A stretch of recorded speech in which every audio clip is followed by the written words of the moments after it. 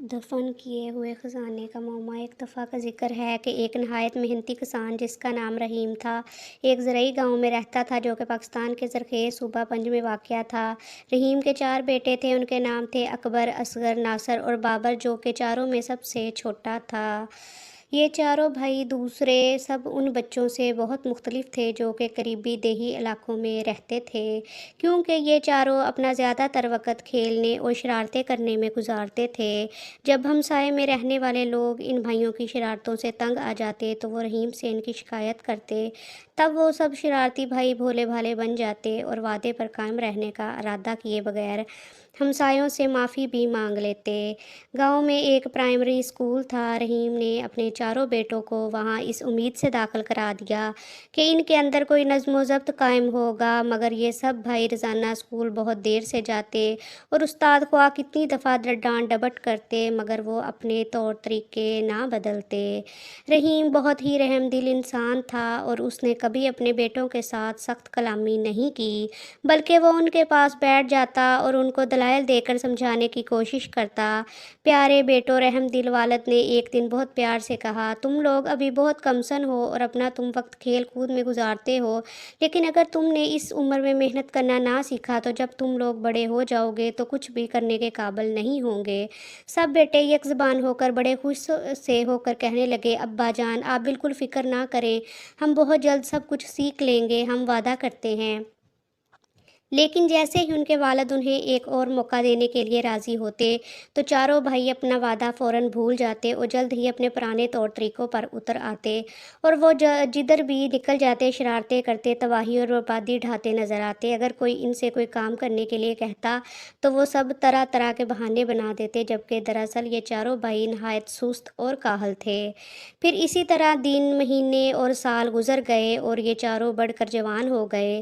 انہوں نے پڑھنا لکھنا بالکل نہ سیکھا اور نہ ہی انہوں نے کھیت پر کوئی کام والد کی مدد کے لیے کیا۔ وہ ہمیشہ ایک دوسرے کو اپنی من گھڑت فضول باتوں اور مشکلات کے لیے الزام دیتے رہتے، اور ان میں سے کسی ایک نے بھی کبھی ایک دفعہ بھی اپنے برے طور طریقے کے لیے اپنی ذمہ داری قبول نہیں کی۔ آخر رحیم ایک ضعیف اور بوڑھا آدمی ہو گیا، مگر وہ پھر بھی کھیت پر سارا دن خود ہی اکیلا کام کرنے پر مجبور تھا۔ یہ کام ایک بوڑھے آدمی کے لیے بہت محنت کا تھا اور رحیم کو وہ دن بہت مشکل لگنے لگے۔ فصل کی پیداوار میں بھی کمی آ گئی اور اس کے ساتھ ہی اس دولت میں بھی جو کہ وہ فصل کو منڈی میں بیچ کر حاصل کر سکتا تھا۔ رحیم اور اس کی بیوی اپنے مستقبل کے بارے میں بہت پریشان تھے، مگر وہ چاروں بھائی ان واقعات کے بارے میں بالکل بھی پریشان نہ ہوتے تھے۔ کبھی کبھار وہ کھیت میں اپنے والد کی مدد کرنے چلے جاتے، لیکن زیادہ تر اپنے بچاؤ کی خاطر بہانے بناتے رہتے۔ وہ تمام دن صرف نکمے بیٹھے رہتے، کھاتے پیتے اور آرام سے سوتے۔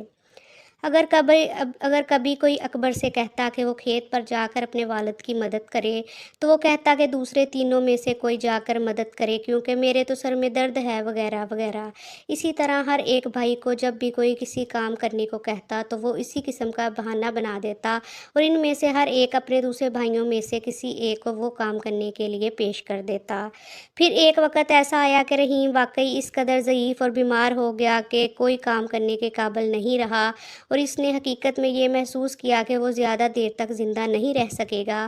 رحم دل باپ نے اپنے نکارہ بیٹوں کے بارے میں بہت فکر مند ہو گیا اور اس کے دماغ کو بہت سے مشکل سوالات نے گھیر لیا۔ اسے یہ نہیں معلوم تھا کہ جب وہ نہیں ہوگا تو ان کا کیا ہوگا۔ انہوں نے کوئی ہنر نہیں سیکھا تھا، اس لیے وہ اپنے لیے روزی کیسے مہیا کر سکیں گے۔ ان کے برے اعمالوں کے باوجود رحیم اپنے بیٹوں کو دل سے چاہتا تھا اور ان کی مدد کرنا چاہتا تھا، اس لیے وہ بیچارہ ضعیف آدمی بہت ہی غور سے یہ سوچنے لگا کہ کیا کیا جائے۔ بہت دیر غور کرنے کے بعد رحیم کو ایک منصوبہ سمجھ میں آیا جس کے بارے میں اس نے خیال کیا کہ شاید وہ کارآمد ہو سکے۔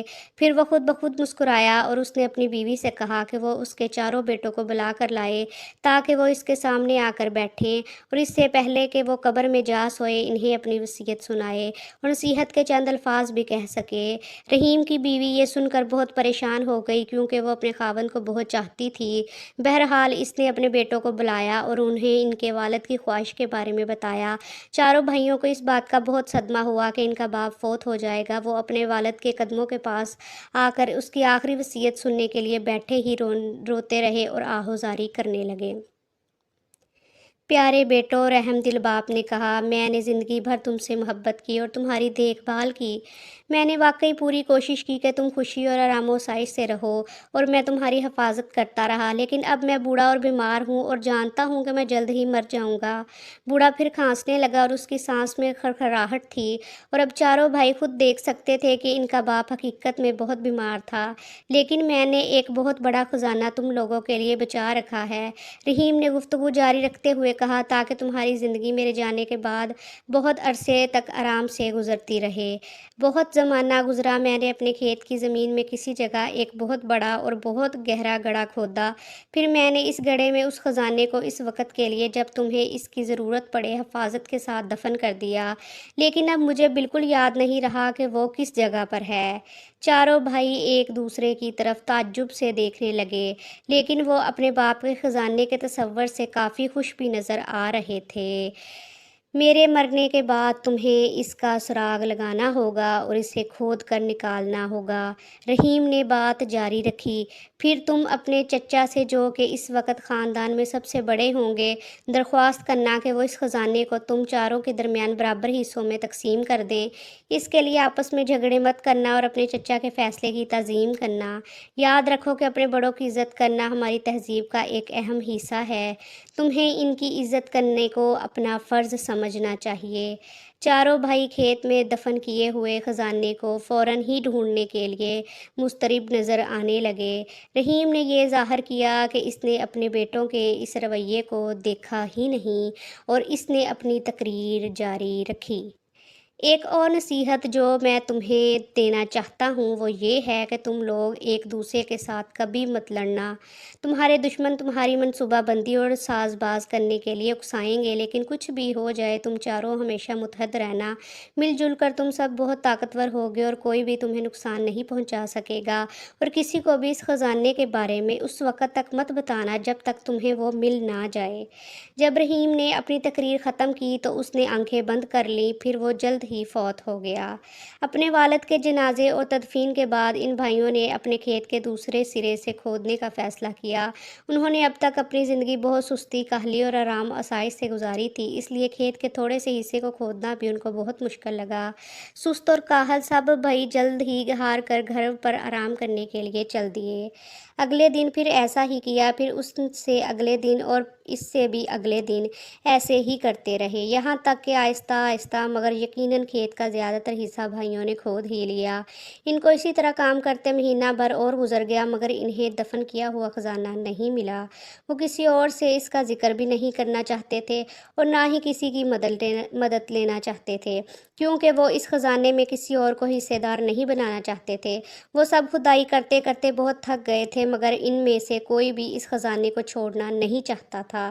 آخر کار بھائیوں نے غور کیا کہ انہوں نے پورا کھیت کھود ڈالا، لیکن خزانے کا کوئی سراغ نہیں ملا۔ تب انہوں نے خیال کیا کہ ان کے باپ نے خزانہ بہت ہی گہرا دفن کیا ہوگا، اس لیے انہوں نے اور بھی زیادہ گہرا کھودنے کا فیصلہ کر لیا۔ ایک اور مہینہ گزر گیا، مگر دفن کیے ہوئے خزانے کا کوئی نشان بھی نہیں تھا۔ سارا کھیت اب پوری طرح نیچے سے اوپر ہو چکا تھا اور ہمسائے بھی ان بھائیوں کی محنت پر رشک کرنے لگے تھے۔ آخر کار چاروں بھائیوں نے دفن کیے ہوئے خزانے کو کبھی بھی پا لینے کے خیال کو ترک کر دیا، مگر یہ دیکھ کر کہ انہوں نے کھیت کو اتنی اچھی طرح تیار کر لیا تھا، اس لیے انہوں نے وہاں پر اس موسم میں گیہوں کا کاشت کرنے کا فیصلہ کر لیا۔ لیکن جب فصل کاٹنے کا زمانہ آیا تو اس کھیت میں بہت اعلیٰ درجے کا اور بہت مقدار میں گندم پیدا ہوا، جس کو وہ سب بھائی منڈی میں لے گئے اور اسے ہزاروں روپوں میں فروخت کر دیا۔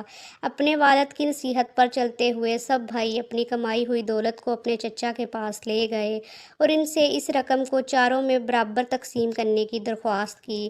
ان کے چچا چاروں بھائیوں پر فخر کرنے لگے اور بولے، شاباش میرے بھتیجوں، تم نے آخر کار یہ ثابت کر دیا کہ تم میرے محنتی بھائی رحیم کے محنتی بیٹے ہو۔ یہ کھیت جو میرا بھائی تمہارے لیے چھوڑ گیا ہے وہ خود ہی ایک خزانہ ہے۔ اگر تم اس طرح محنت کرتے رہو گے تو تم اس کا ہمیشہ انعام پاتے رہو گے۔ اگلے سال چاروں بھائیوں نے محنت کر کے پھر گندم کی کاشت کی۔ اس دفعہ پیداوار پہلے سے بھی بڑھ کر ہوئی اور جب انہوں نے یہ گندم منڈی میں فروخت کی تو انہوں نے پہلے سے بھی بہت زیادہ رقم بنائی۔ کچھ سال تک اسی طرح کام کرنے کے بعد چاروں بھائی کافی امیر امیر ہو گئے اور اپنے کام میں بھی خوش رہنے لگے۔ آخر کار یہ واضح ہو گیا کہ اکبر، اصغر، ناصر اور بابر نے دفن کیے ہوئے خزانے کے معمے کو حل کر لیا کہ اصل خزانہ تو محنت اور تربیتی نظام کا صلہ تھا۔